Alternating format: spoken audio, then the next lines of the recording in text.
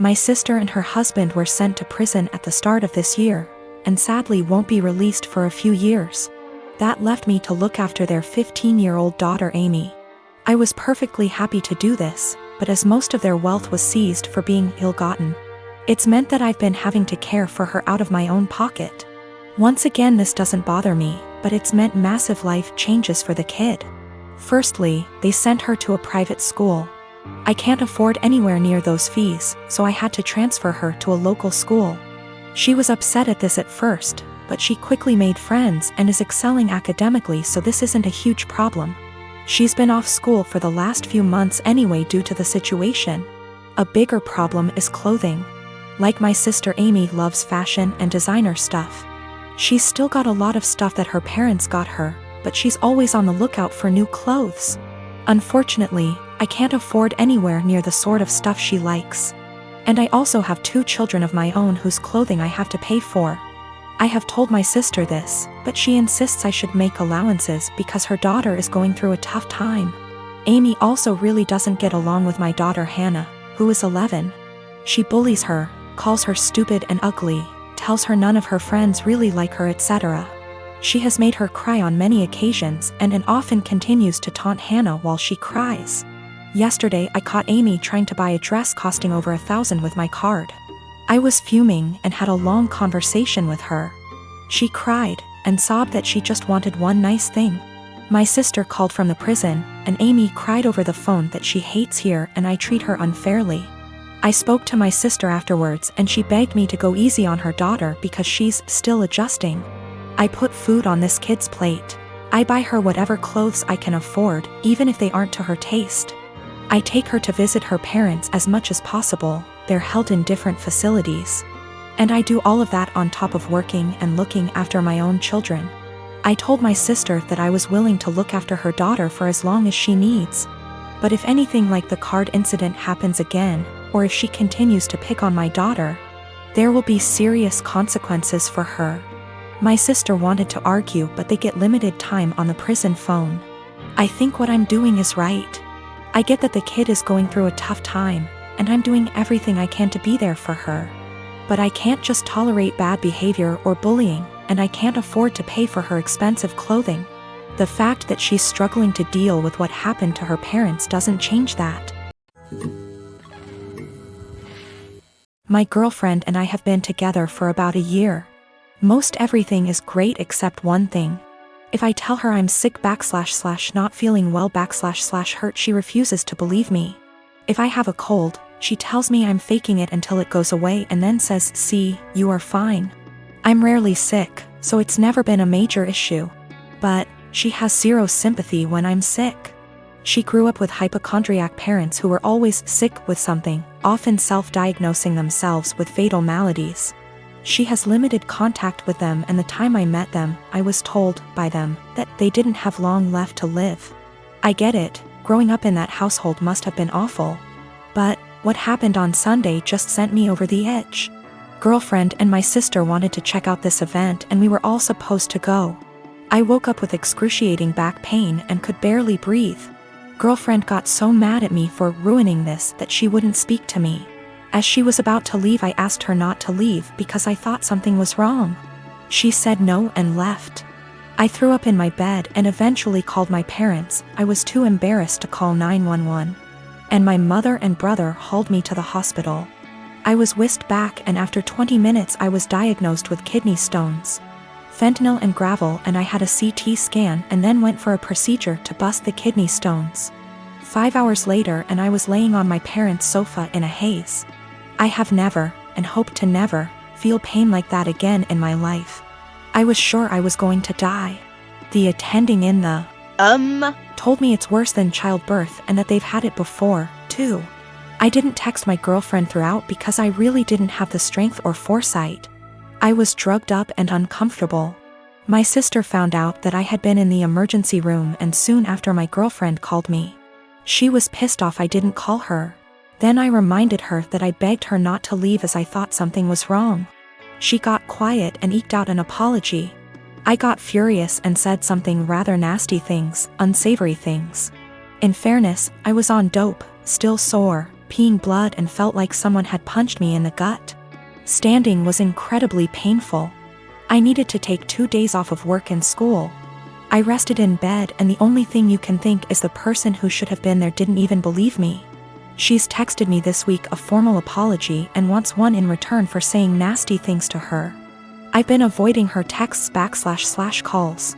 I've felt like shit this week and picked something up in the So I laid low, took a few days off work and relaxed.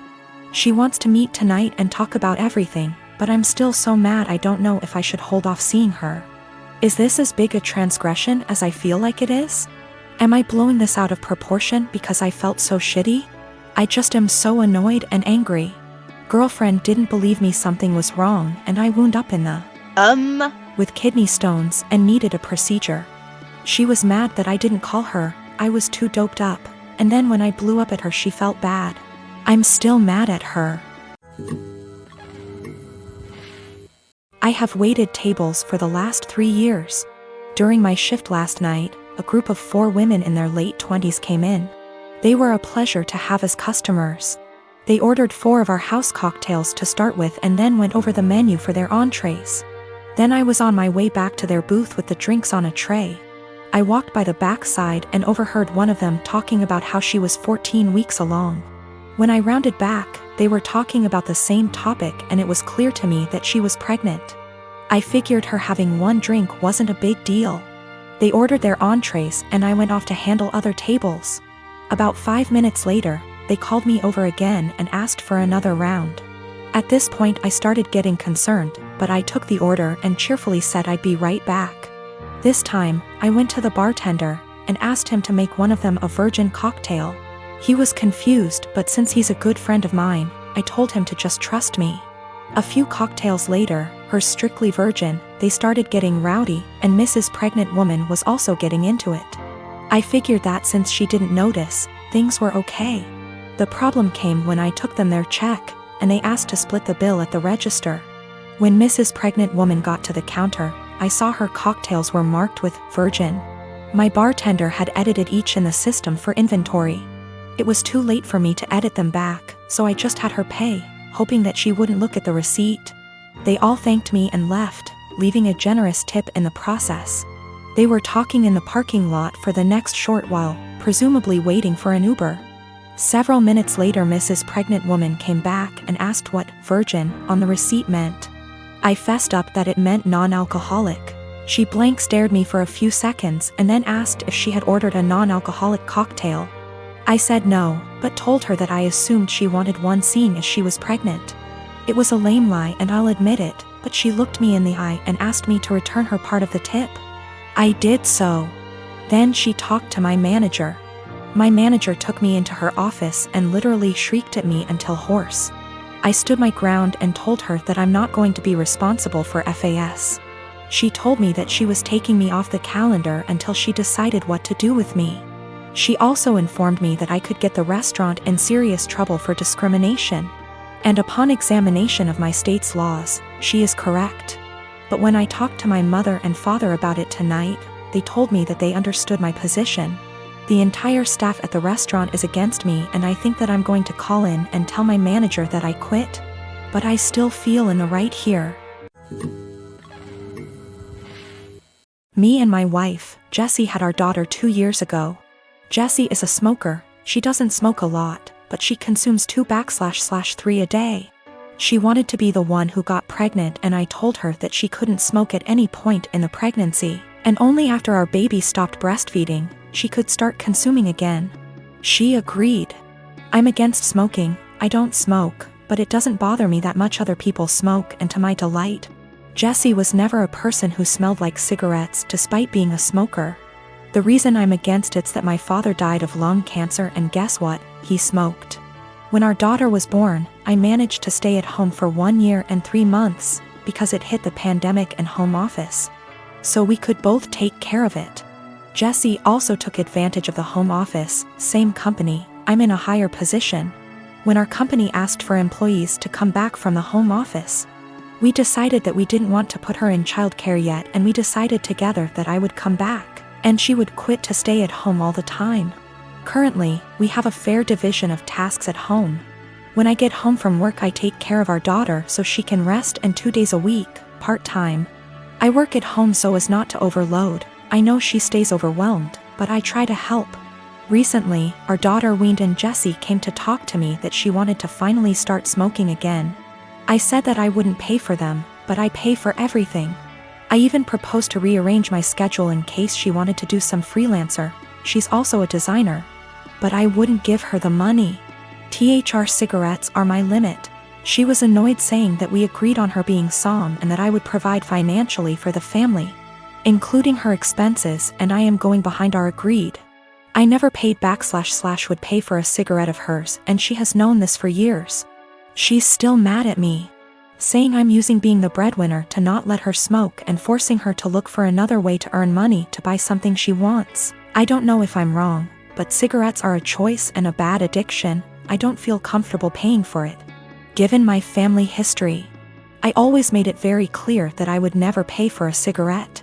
When we made the decision for her to be somm, I told her I wouldn't feel right paying for her cigarette, and she reassured me that it was something I wouldn't have to worry about. She does freelance to make some purchases she wants. There are months when we are tighter and we can't do some shopping, so she does freelancing. It's rare, but it happens, and on those days, our daughter stays with me even if it's at my service. I never limited any of her purchases, ever, if not because of tight money. For more extravagant purchases of hers that I can't afford, she freelances and buys. So I suggested she do one a month that covers her entire cigarette stash, and I would help by staying with our daughter. She is not entirely financially dependent on me. When she wants to buy something that I can't afford with our money, she makes a design request.